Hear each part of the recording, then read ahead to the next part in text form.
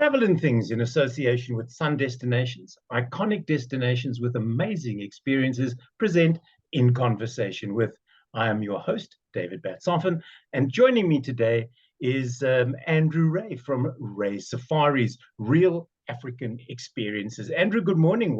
Welcome back to South Africa, because you've been running around parts of this continent while I've been trying to pin you down for a chat.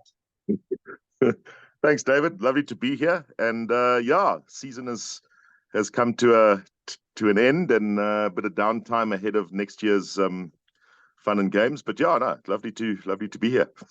With that in mind, is there a safari season?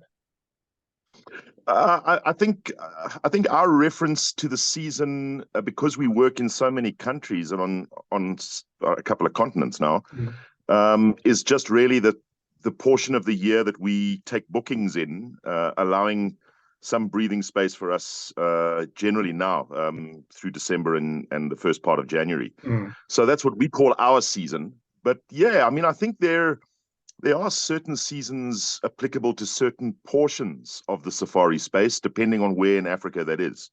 Okay. There are better times to go and not so good times to go. Yeah. I should imagine you don't want to go somewhere if it's monsoon weather and you've got to hunker down in plastic for weeks on end. Yeah, precisely that. You know, I love it. You look at these new the new camera equipment, the digital camera space, and most of these bodies have got enough seals to keep a great white satisfied for the rest of its life type of thing. But the lenses always say the same thing: don't do well in the rain. So yeah, exactly. I don't know what use that is to anybody. You can leave your camera in a pond, you can leave the body in a pond for months, but you can't have your lens in a light sprinkling. You know, it's going to get ruined. It's diabolical. I mean, some of the merchandise that we've started producing, branded merchandise for our clients in tropical spaces, include these dry bags that they can actually pop their cameras into, you know, at the first sign of a bit of rain. So yeah, that kind of thing becomes important depending on where you're going. Yeah, and given the cost today of camera equipment, you don't want to ruin it. You really don't. Yeah. Exactly. Andrew, the difference between a safari and a game drive. I know I'm generalizing vastly now, but often people will say, "Oh, I went on a safari in the Kruger National Park." And it turns out they went on a couple of game drives. So is there a semantic difference between the word safari and game drive? And what does it entail? I mean, David, to my mind, you know, the word safari comes from Swahili in East Africa. And the very meaning of it is to take a journey. So for me, a safari is a wildlife-based itinerary. It usually references Africa because that's essentially the birthplace of the concept and certainly the word. So for me, a safari is an itinerary from start to finish that one puts together that goes into African wild spaces specifically. Whereas a game drive is an event out of a lodge or a safari camp. So yeah, I suppose we're dealing with semantics here to a degree, but the concept of safari as a journey to me means something longer, something bigger somehow. Okay, so with that in mind, give us sort of a generalization of what a safari, how one goes about going on safari with Rae Safaris. With us, there tends to be two particular spaces that we play in terms of our marketing. We plan a number of set departures every year, which we market on our website. Right. And those are what we call small group departures. It's generally 8 slots for clients. There's always a private guide, either myself or my son Michael, or you've met Peter Neville, Prof. Peter Neville, often co-guides some of these trips with me as our animal behavior ethology guide. And those get marketed, and we pick the spots, you know, northern Tanzania for the migration, gorilla and chimpanzee trekking in Uganda, lemurs and endemic birds in Madagascar. We put the itinerary together. We cost it out. It's privately guided by staff of Rae Safaris, and then that goes onto the website, and we sell those 8 slots to folk that are keen to come and join that. Okay. And then on the other flip side of the coin is the tailor-made scenario, where we have regular clientele off of our database that get hold of us and go, right, Ethiopia last year was amazing. We would love now to do Namibia. And then they've done a bit of homework, and we make some suggestions, and we bat a tailor-made experience for them backwards and forwards until they're satisfied. It gets costed out, and then we run it. And then it's a case of the guide in question meeting the client at the port of entry, wherever that may be, and then personally guiding and hosting the experience from start to finish in other countries using amazing ground handler partners that we've established in those countries who supply the drivers and the vehicles, etc. Yeah. So if now your existing client base, they know what to expect. They know that when they step off the plane or the boat or the train, who's going to be there to meet them. But now, if you're a first-time safari goer and you step off said plane, boat, or train, and somebody like this greets you, should you be concerned? He looks more like he belongs on in a wrestling ring than around the fire. But no, I mean, I think I suppose that's the standard perspective on what this is. The guy that can shoot a bounding scrub hare with both eyes closed and intimidate a bull elephant and that kind of stuff. I mean, I think that is the quintessential concept of a safari guide, and that's beautifully illustrated there. But no, I don't think it's essentially that. I don't wear a lot of khaki. I used to in the days when I worked at game lodges and had to wear epaulets and things. I like t-shirts now, to be fair. So we, again, a first timer, a lot of them are very kind of nervous of Africa as a whole. So we send photographs backwards and forwards of who's going to be receiving you at the airport. You stand there holding the name up. You talk them through it. If it's an airport like Entebbe, you tell them there's no allowance for any guides or safari companies to be inside the airport building. So they actually have to exit the building after immigration, and there they will find everybody standing with signs and things like that. So that can be very daunting. Yeah. If you've never been into an African airport. Precisely. And some of them are seedy, some of them aren't that great. Yeah. The door opens. The air is normally so intensely hot that it's like walking into a blast furnace, and you are then assailed by people trying to get you into a taxi to take you to wherever you don't want to be. Exactly. So I think that's something we try and mitigate. Antananarivo's like that, Madagascar. They're guys that are literally grabbing your luggage out of your hands to get you as their taxi customer. Yeah. So to have somebody there that's just sort of, calming the storm and saying, over here, gather everybody together, and you get that kind of bubble thing going, it's useful. Yeah. When it comes to packing for safaris, is less more? And the reason I ask that is I have my own little quirks around packing. Specifically, if I'm on a plane, because you're allowed 23 kilos, the majority of the flights, some are a little more, nothing is any less. But I play a game with myself to see how low I can get that. Now, the lowest I've got is 12 kgs, and people are quite impressed. That is impressive. I've learned there's always something that you pack that you never wear. And every time you take that item going, well, maybe this trip I'll get to wear whatever the X is. And again, you never learn, you never wear it. It never comes out of your suitcase. It becomes welded in eventually, I think. Mold sets in, or it just becomes, I don't know, ingrained in your suitcase. Sure. So what do you tell your clients?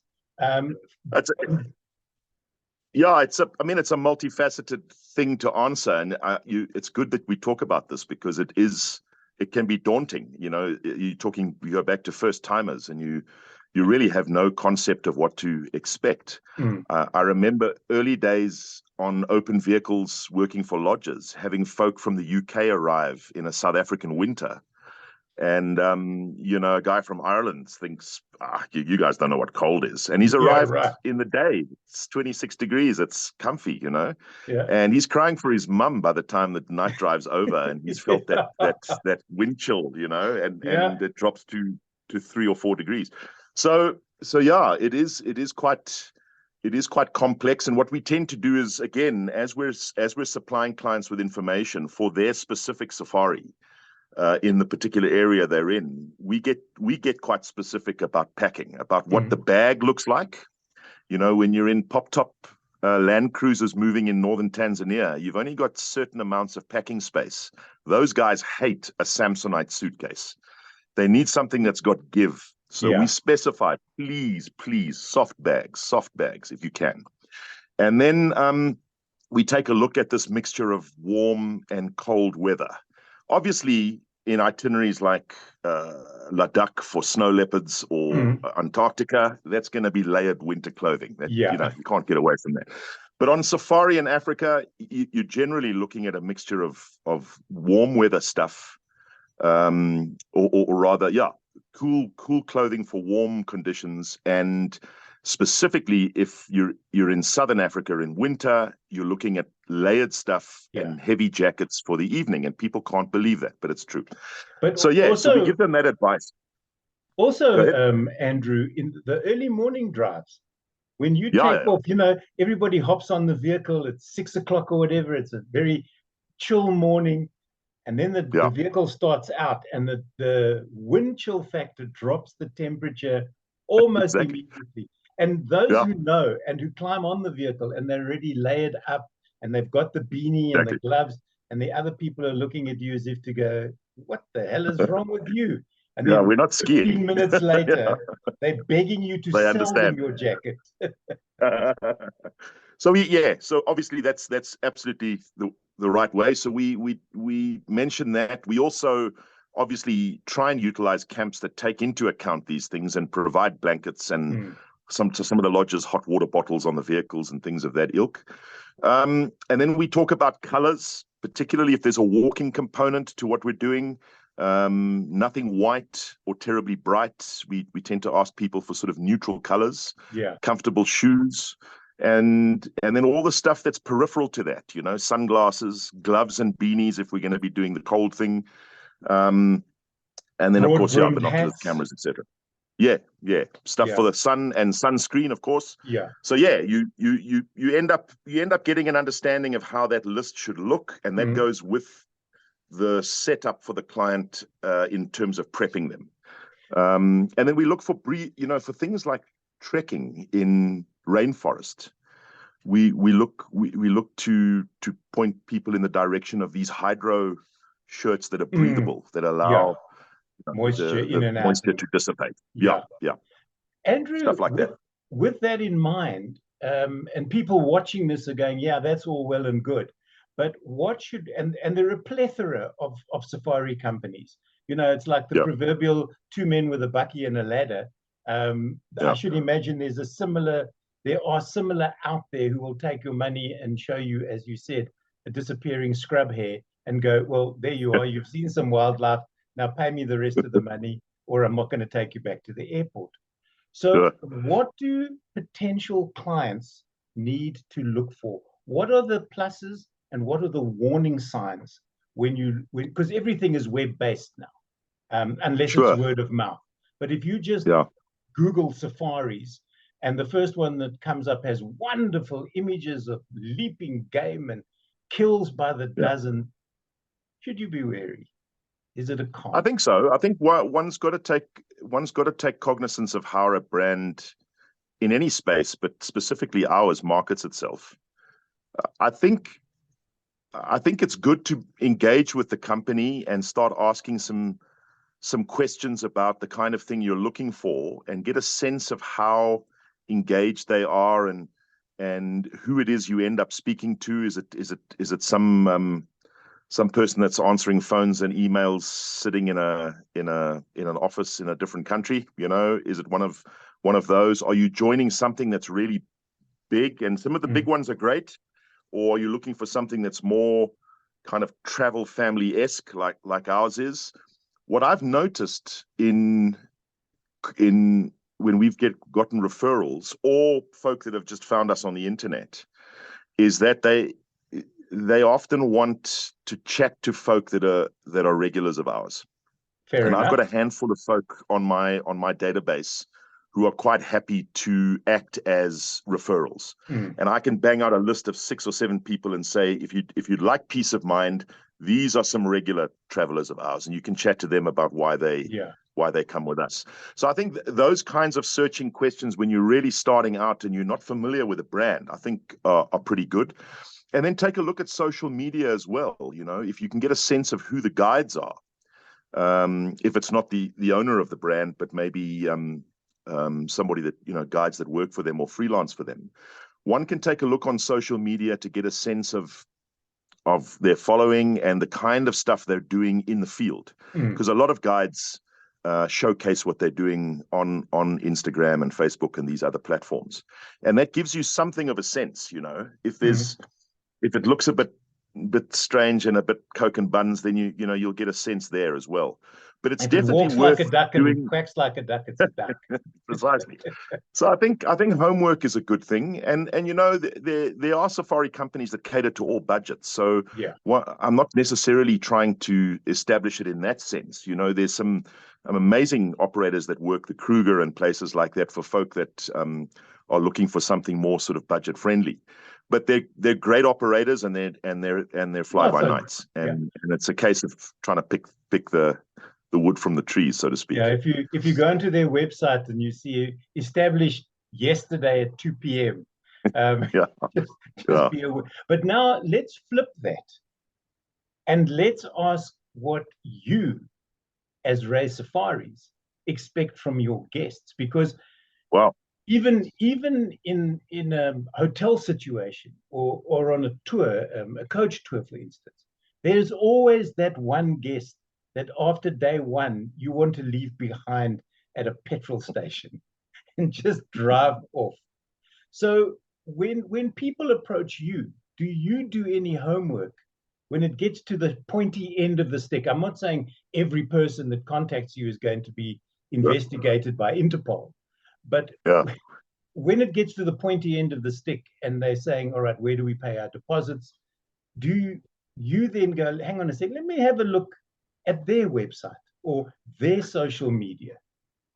I've never found at this stage a reason to stalk anybody on social media. But yeah, I mean, I've had a look at if they represent a particular brand of their own, or if they're employed somewhere and they've sent me a business email with the name of the university or the whatever underneath. I take a look at that from that perspective if I don't know the person. But I think we're fortunate, David, that our business has become something of a diabolical little travel family of folk that all get on. A lot of them get on with each other, and they do a lot of the referring. Get on with you.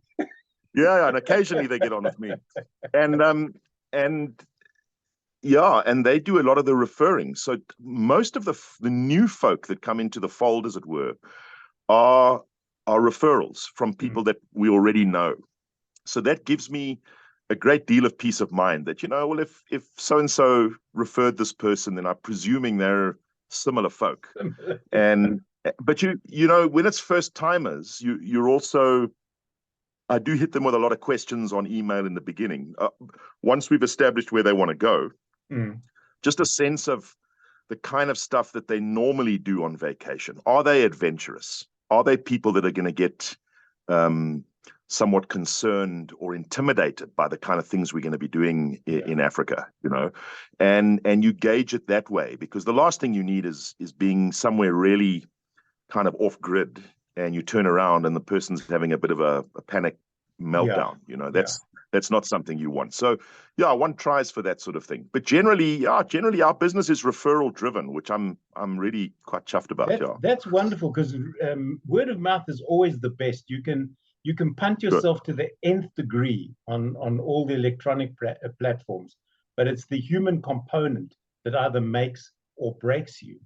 So which leads me to, I have to ask you the question: the best and worst that's ever happened to you on safari? We're talking about a 31-year career here, so I'm going to have to give some thought to that. 3, 2, I 1, mean, go. best is tough. Best is tough because, everything is so amazing. Everything is so, all of these places stand in their own right as something truly special. I've just got back just recently from Namibia. Standing in some of those desert areas, deep in the Namib or on the Skeleton Coast, some of the most powerful landscapes you can stand in almost spiritual in a sense. Antarctica for me last year was mind-numbing. I remember it was talking surreal. to you just before you went, and I hated. Yeah, Peter went with you, didn't he? He did. I know. Yeah. I loathed both of you for the longest while.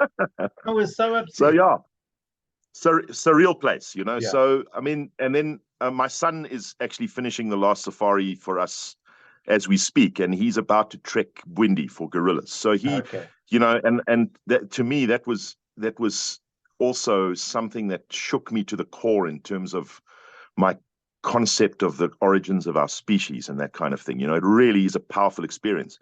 And that every year we're on the Serengeti looking at millions of wildebeest, and that is still mind-numbing. And I don't know how many times I've done that. So those are the best times. Worst, I've got to say, probably one of the most concerning few minutes on safari for me was on a boat going down the Tsiribidna River in western Madagascar. We got onto this boat, a kind of an African Queen-esque kind of thing with my clients, and we were going to be camping on the shore, heading west towards the coast.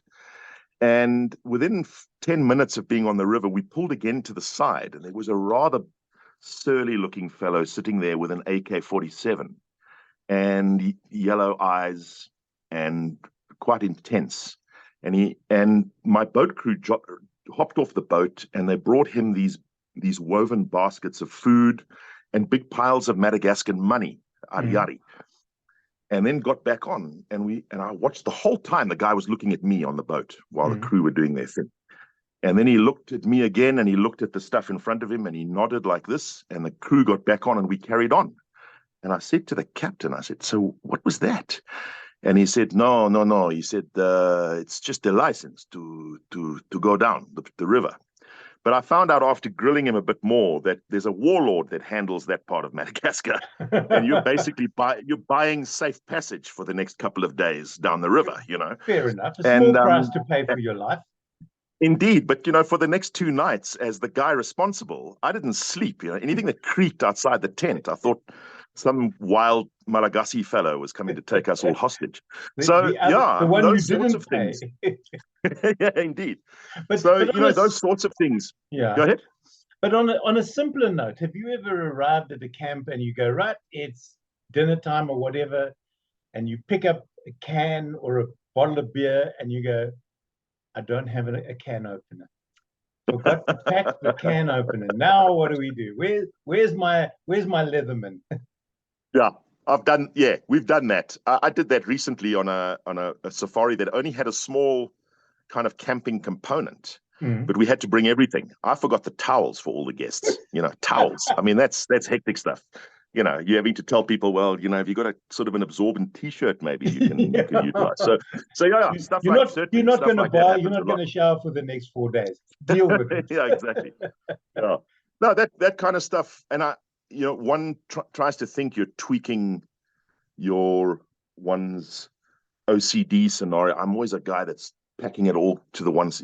Occasionally you forget stuff, and you have to make the best of it. I'm exactly the same. I've tried every ruse in the book to fool myself into making certain that everything that I need, and it's normally electronics that catch me out, is in my suitcase. I've tried lists. I've tried packing, unpacking, repacking. And I remember going to Turkey, getting to the hotel. We went out, my wife and I went off for the day, doing what I usually do, which is take thousands of photographs, come back to the hotel. I'm busy downloading. I think, I'll just charge the camera batteries for tomorrow. Not only did I leave one charger behind, I've left them both. You try and find pentax chargers in Istanbul. They don't even know what you're talking about. So it taught me to shoot less and enjoy more. So the lesson so it was a lesson learned. But still, there's always one thing, whatever the one thing is. And I've done towels before, stopped in the middle of nowhere at some little spaza shop to buy the biggest towel they had, which turned out to be no bigger than a face cloth. But at least, and then when I got to the camp, they said, "No, you didn't need to bring towels. We supplied them. We've got them." Now you tell me. Beat you over the head. Absolutely. Absolutely. If people want to get in touch with you, how do they go about it, Andrew? One of the main ways is the website. We're busy updating it at the moment. Not so much in its structure; it's still there to be viewed. But we're obviously taking down stuff that's happened this season, and we're updating things for the next 2 seasons coming. Right. There's some new exciting stuff coming up for 2025, which we're very excited to get out there. www.raesafaris, one word, .co.za is the website, and we're on both Instagram and Facebook as Rae Safaris, one word. And then obviously on the website, email details for my daughter who runs my office very well, and for myself. So that's the way. Things like if people are coming to Johannesburg for whatever reason, and they've heard about Pilanesberg, and they phone you and they go, "Listen, we've got 2 days, 1 day, 3 days. Can you throw together a Pilanesberg safari for us?" Sure. Yeah, absolutely. I mean, if we've got available, depending on how late notice this is, and if there's available staff and bits and bobs, and there's availability at the camps we like to use in Pilanesberg, then certainly something short, happily do it. Because there've been some nice leopard sightings in Pilanesberg of late. People are getting very excited about those. So much so that I'm almost thinking of driving up for a day, leave here, go spend the entire day there. The only problem with Pilanesberg currently is the roads. There aren't any. Pretty potholed. Exactly. Surfaces are non-existent. Exactly. It's a reserve that has a lot of work on its plate and a lot of challenges, but a phenomenal wildlife area on our doorstep. We're really blessed. This is it. People tend to poo-poo it. But as I say, the sightings have been phenomenal. It's an amazing reserve. The same with Madikwe, which is also close by, because I know that you, like me, love that reserve. I could live there in a heartbeat. 100%. Beautiful reserve. Yeah. Magnificent. Andrew, thank you so very much for joining me here on In Conversation With. It's always a pleasure to talk with you. And thanks to Garth Thompson for allowing me to use that cartoon from his book, The Guide's Guide to Guiding. And if you're coming to South Africa and you want to know what a guide should be doing, read the book. Also, I forgot to mention your books together with Peter. No, Peter and I during COVID, as we've discussed, penned a couple of books. African Predators, which is a showcase of the carnivores that we see regularly on safari and have had personal sort of field experience with. And then we did an anecdotal kind of tongue-in-cheek book called Memoirs of a Safari Guide as well. Just some stories of our exploits. So those are out there. Are they available on things like Amazon and those electronic? They're all available on Amazon as a platform. And if you want a hard copy, locally here, Willow Trading are our distributors. That's here in South Africa we're talking about. That's here in South Africa and can be booked on the website. Great stuff. Yeah. My guest today on Super. In Conversation with has been Andrew Rae from Rae Safaris. Andrew, always a pleasure talking to you. And I'm hoping that maybe somewhere along the line in 2024, you and I can, and maybe even with Peter, head out on, even if it's just a day safari, so we can put all these questions to the test to see if they stand scrutiny. I'd look forward to that, and I appreciate the time, David. I appreciate being here. Thank you. Great stuff. Andrew Rae from Rae Safaris. Look him up on the net. You won't be disappointed.